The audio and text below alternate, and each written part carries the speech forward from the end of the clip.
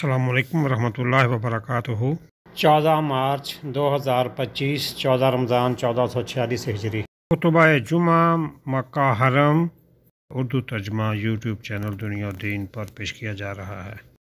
تمام تعریف اللہ کے لیے ہے۔ ہم اس پاک ذات کی تعریف کرتے ہیں اور اس سے مدد اور مغفرت چاہتے ہیں۔ اس نے خصوصی طور پر ہمیں طاعتوں کے موسم سے نوازا، جو کہ بڑا خوشگوار راستہ ہے۔ جو اس کی طرف سبقت لے گیا وہ بدلہ دینے والے اللہ کی خوشنودیوں کی بلندی پر پہنچ گیا۔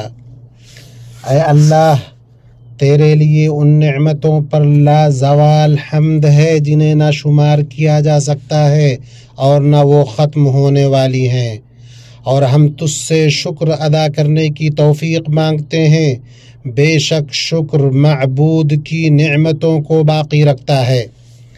میں گواہی دیتا ہوں کہ ایک اللہ کے سوا کوئی معبود برحق نہیں، اس کا کوئی شریک نہیں۔ ایسی گواہی جس کے بدلے ہم جنتوں میں اپنا ٹھکانہ بناتے ہیں، اور میں گواہی دیتا ہوں کہ ہمارے نبی اور اسوہ محمد اللہ کے بندے اور رسول ہیں۔ آپ روزہ رکھنے اور قیام کرنے والوں میں سب سے بہتر ہیں۔ آپ فضیلت میں بے مثال ہیں۔ اے اللہ ہمارے رب، تو درود نازل کر ان پر جو محمد و احمد ہیں، ان کے پاک باز اہل خانہ پر جو تقوی کے مہینے میں عظمت و سربراہی کو پہنچے ہوئے ہیں، ان کے معزز صحابہ پر جنہوں نے رمضان رکوع و سجدہ کی حالت میں گزارا، تابعین پر اور ان لوگوں پر جنہوں نے سب سے خوشگوار انجام کی امید کرتے ہوئے ان کی اچھی طرح پیروی کی۔ اے اللہ بہت زیادہ سلامتی نازل کر جب تک احسان کرنے والے صبح و شام احسان کرتے رہیں۔ اللہ کے بندو، اپنے رب کا تقوی اختیار کرو۔ تقوی روزے کا جوہر اور اس کا نچوڑ ہے، اس کا لب لباب اور مقصد ہے۔ اللہ نے فرمایا، اے ایمان والو، تم پر روزہ فرض کیا گیا جیسے تم سے پہلے کے لوگوں پر فرض کیا گیا تھا، تاکہ تم تقوی شعار بن جاؤ۔ اے انسان، تقوی کی طرف سبقت کر اور بھلائی کی طرف جلدی چل جب تک تجھے مہلت حاصل ہے۔ تقوی کتنا خوبصورت ہے، اس کا راستہ کتنا سیدھا ہے، اس کے ذریعہ انسان اپنے عمل کو بلند کرتا ہے۔ مومنو، آج جہاں ہماری امت مسلمہ اپنے مہینے کی لازوال خوشبو اس کے بابرکت دنوں سے شاد کام ہو رہی ہے، شاندار پوشاکوں سے آراستہ اس کے وسیع خیر کے سائے میں جی رہی ہے، اس کی خوشبو سے لطف اندوز ہو رہی ہے، اس کے چشمہ سے سیراب ہو رہی ہے، اس کے نور سے روشنی حاصل کر رہی ہے، اس کے پیارے چہرے کو غور سے پڑھ رہی ہے، وہیں وہ جلد ہی خیر، سخاوت اور احسان کے مہینے کے نصف تک پہنچ جائے گی۔ یہ ایسا مہینہ ہے جس میں طاعتوں کی نہریں جاری ہو چکی ہیں، بھلائی و نیکی کی کلیوں سے پھول کھل چکے ہیں۔ مسلمانوں نے بڑے شوق سے اس کے مقاصد و اسرار پر کان دھرا اور عاجزی کے ساتھ اس کے چھپے مقاصد اور خبروں کو کان لگا کر سنا۔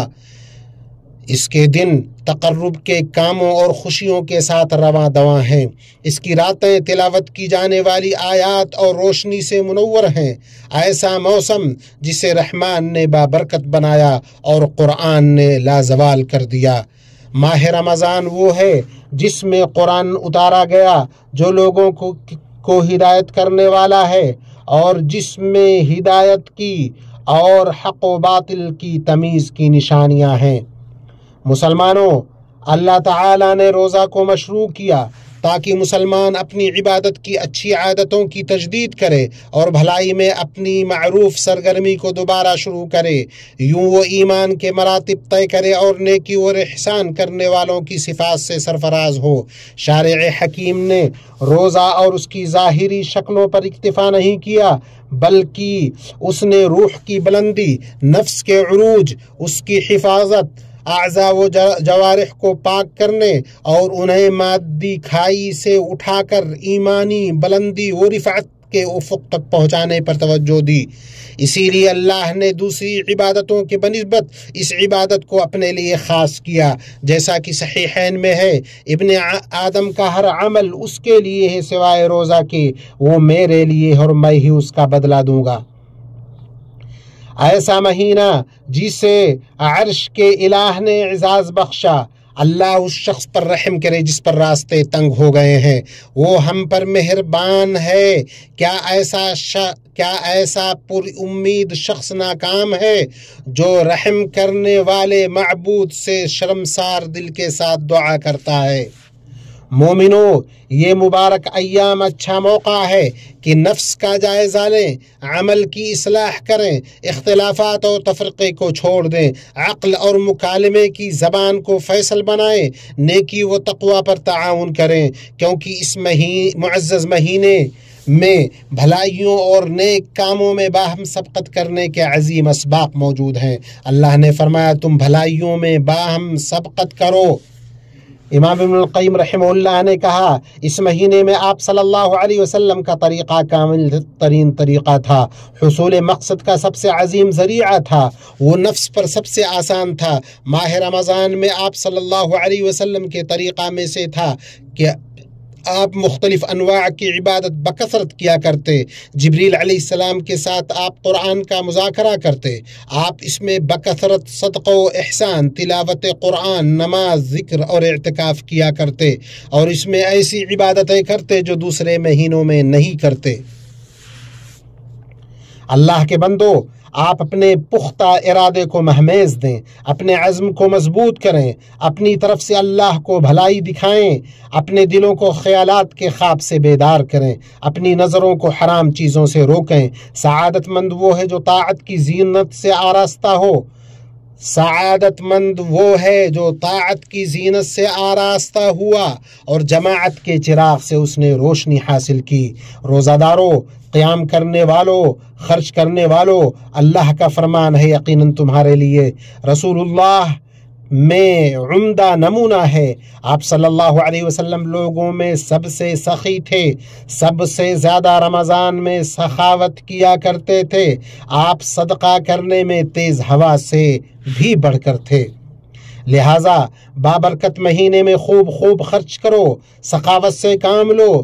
سنو اے معزز اور سخی لوگو، اللہ نے تم پر جو فیض کیا ہے اس سے خوب سخاوت کرو، ہاتھوں کو نوازش اور بخشش کے ساتھ بڑھاؤ تاکہ اس سے تم قرض داروں کی پریشانی، محتاجوں کی ناداری، پریشان حال لوگوں کی خستہ حالی کو ختم کر سکو اور ان قیدیوں کو رہا کر سکو جو تمہاری بخشش و نوازش کے منتظر ہیں اور جو تمہارے احسان اور سخاوت کے مشتاق ہیں۔ اللہ کا فرمان ہے تم جو کچھ بھی اللہ کی راہ میں خرچ کرو گے اللہ اس کا پورا بدلہ دے گا اور سب سے بہترین روزی دینے والا ہے۔ صحیحین میں ابو ہریرہ رضی اللہ عنہ سے مروی ہے کہ نبی صلی اللہ علیہ وسلم نے فرمایا کوئی دن نہیں جس میں بندے صبح کرتے ہوں مگر دو فرشتے نازل ہوتے ہیں، ان میں سے ایک کہتا ہے اللہ خرچ کرنے والے کو مزید عطا کر، دوسرا کہتا ہے اے اللہ خرچ نہ کرنے والوں کو بربادی دے دے۔ لوگ یا تو رحم کیے جانے والے توفیق یافتہ ہیں یا محروم کیے جانے والے بخیل۔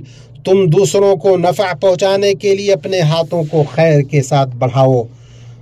تمہارا رفاہی کام محفوظ پلیٹ فارم اور قابل اعتماد ادارے کے تحت ہونا چاہیے، اور شاہ سلمان مرکز برائے امداد و انسانی اعمال اور احسان پلیٹ فارم برائے رفاہی کام اس بابرکت ملک کے کارناموں اور رفاہی و انسانی اعمال کی حمایت کے لیے اس ملک کے سربراہان کی کوششوں کے روشن نمونے ہیں۔ یہاں احسان پلیٹ فارم سے رفاہی کام کی قومی مہم و سربراہان حفظہم اللہ کی طرف سے سخاوت سے پر امداد کو سراہا جاتا ہے۔ اس ملک کی تاسیس سے ہی رفاہی عمل کی حمایت اور اس کے فروغ کے تئیں اس بابرکت ملک کے اہتمام کا یہ عملی مظہر ہے، جس کا تقاضا ہے کہ ملک کے دینی و تعلیمی، اجتماعی و امدادی طبی و رفاہی عالمی انسانی و تہذیبی پیغام کو پہنچانے میں مدد کی جائے۔ اسی طرح اس سے گداگری کا مظہر بھی رکے گا، جس سے بھکاری اور دینے والے دونوں اذیت محسوس کرتے ہیں۔ اس کی برائی ظاہر ہے، اس کی اذیت واشگاف ہے اور یہ جرم کا پیش خیمہ ہے، اور عمل اور پیہم سعی کے منافی ہے۔ اسی طرح یہ رائج نظام عام آداب، تہذیبی سلوک و برتاؤ کے بھی خلاف ہے، اور یہ سستی و بیکاری پر ابھارتی ہے، سماج میں اقدار کی خوبصورتی کو مسخ کرتی ہے۔ ان بابرکت ایام میں صدقہ اور فرض زکوٰۃ ادا کرنا کیا ہی اچھی عبادت اور تقرب کا کام ہے۔ اللہ کا فرمان ہے، آپ ان کے مالوں میں سے صدقہ لیجئے جس کے ذریعہ آپ ان کو پاک و صاف کریں، اور کیا ہی اچھی بات ہو کہ خوب نوازش کی جائے، خوب خرچ کیے جائیں، رفاہی کاموں میں وقف، وصیت اور اوقاف کے فنڈ پر توجہ دی جائے، اس لیے کہ وہ پائیدار اور نظام کے تحت ہوتے ہیں، ان میں شفافیت اور صداقت ہوتی ہے۔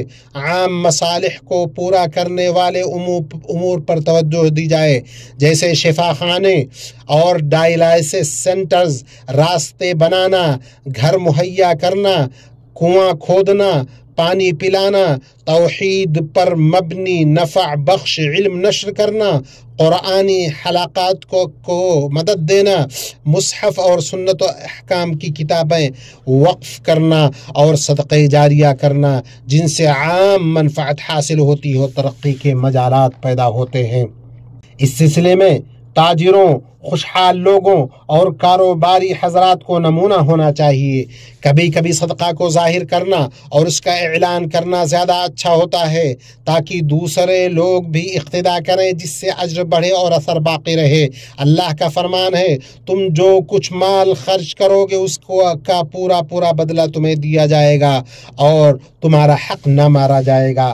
اللہ کے بندو، اعمال کا رخت سفر باندھ لو جب تک زندگی میں وسعت ہے، اور اس مہینے کے باقی بچے قیمتی اوقات کو غنیمت جانو، بطور خاص اس عشرے کو، کیونکہ اجر بڑا ہے۔ اللہ تعالیٰ کا فرمان ہے، اللہ تعالیٰ کا ارادہ تمہارے ساتھ آسانی کا ہے، سختی کا نہیں۔ وہ چاہتا ہے کہ تم گنتی پوری کر لو اور اللہ تعالیٰ کی دی ہوئی ہدایت، اس کی بڑائیاں بیان کرو۔ اللہ مجھے اور آپ کو قرآن و سنت میں برکتوں سے نوازے۔ تمام تعریف اللہ کے لیے ہے، ہم روزے کے ذریعے اس کی طرف رجوع کرتے اور دوڑتے ہیں۔ میں گواہی دیتا ہوں کہ اللہ کے سوا کوئی معبود برحق نہیں، وہ یکتا ہے، اس کا کوئی شریک نہیں۔ ہم اس سے امید کرتے ہیں کہ وہ برائی کو پوری طرح دور کرے، اور میں گواہی دیتا ہوں کہ ہمارے نبی محمد اللہ کے بندے، اس کے رسول ہیں، جو تمام مخلوقات میں جہانوں کے لیے سب سے زیادہ نفع بخش ہیں۔ اللہ ان پر رحمتیں، برکتیں اور بہت زیادہ سلامتی نازل کرے، ان کے آل بیت اور صحابہ پر، جو ان میں سب سے بہتر ہیں، جن کے اخلاق و فطرت کو روزہ نے نکھارا، اور تابعین پر اور اچھے طریقے سے ان کی پیروی کرنے والوں پر، جب تک رمضان توبہ کرنے والوں کی آنکھوں سے آنسو بہائے۔ اما بعد، اللہ کے بندو، اللہ سے ڈرو اور رحمت، مغفرت اور احسان کے اس مہینے میں بکثرت نیک اعمال کرو اور ان کے قبول ہونے کی امید رکھو۔ پھر ان کے بعد احسان کرنے والے اللہ کا مسلسل شکر ادا کرو، تم خوشنودی سے سرفراز ہوگے اور نعمتوں سے مالا مال ہو جاؤ گے۔ مومنوں، رمضان محنت، جد و جہد اور عمل کا مہینہ ہے، یہ فتوحات اور کامیابیوں کے حصول کا مہینہ ہے۔ اسی رمضان میں ہجرت کے دوسرے سال مسلمانوں کو اپنی پہلی بڑی جنگ غزوہ بدر میں فتح حاصل ہوئی۔ پھر اس کے بعد مشرق و مغرب میں مسلمانوں کی فتوحات کا سلسلہ جاری رہا، جن میں سے بہت سی اسی مبارک مہینے میں ہوئی۔ چنانچہ اللہ کے بندو، سستی، کاہلی، کمزوری کو اپنے سے دور پھینکو، کامیابی اور کامرانی کے اسباب یعنی توکل اور جد و جہد کو اپناؤ، اور اپنے نبی صلی اللہ علیہ وسلم کی پیروی کرتے ہوئے مضبوط عزم و ارادے کے ساتھ آخری عشرہ کا استقبال کرو۔ ام المؤمنین عائشہ رضی اللہ عنہا فرماتی ہیں، رسول اللہ صلی اللہ علیہ وسلم آخری عشرے میں ایسے ہی محنت کرتے تھے جو دوسرے دنوں میں نہیں کرتے، اور صحیح بخاری میں ہے جب آخری عشرہ داخل ہوتا تو آپ صلی اللہ علیہ وسلم اپنی کمر کس لیتے، راتوں کو جاگتے اور اپنے گھر والوں کو جگاتے۔ پس اے لوگو اپنی کمر کس لو، اس کی راتوں کو زندہ کرو، تمہاری آنکھ ندامت کے آنسو بہائے۔ میرا رب بخشنے والا، مہربان، محبت کرنے والا، بردبار، کریم اور بے شمار نعمتوں والا ہے۔ روزہ رکھنے اور قیام کرنے والوں، تمہیں یہ چند بابرکت دن مبارک اور خوشگوار ہوں۔ فرائض اور نوافل کے ذریعے اپنے رب کا تقرب حاصل کرو۔ جو عظیم اعمال تم سے رہ گئے ہیں ان کی تلافی کرو۔ تقرب کی چاشنی سے لذت آمیز قیام، اعتکاف، گریہ وزاری اور دعا کے ساتھ لطف اندوز ہو۔ ابھی موقع باقی ہے، تجارت نفع بخش ہے، خاص طور پر ان کے لیے جنہوں نے رمضان کے دنوں کو ضائع کر دیا، برباد کر دیا اور اپنی جان کو کوتاہی کے راستوں پر ڈال کر ہلاک کر دیا۔ اس عظیم اور باد رحمت والے مہینے میں اچھی دعاؤں سے زبان کو تر رکھو۔ اللہ تعالیٰ نے روزے کی آیات کے ضمن میں دعا کا ذکر کیا ہے، فرمایا جب میرے بندے میرے بارے میں آپ سے پوچھیں تو میں قریب ہوں، دعا کرنے والے کی دعا قبول کرتا ہوں جب وہ مجھے پکارتا ہے۔ لہٰذا اپنے ہاتھوں کو عاجزی کے ساتھ اٹھاؤ، اپنے لیے، اپنے اہل خانہ کے لیے، اپنے وطن کے لیے، اپنی امت کے لیے اللہ سبحانہ و تعالی سے اصرار کے ساتھ دعا کرو۔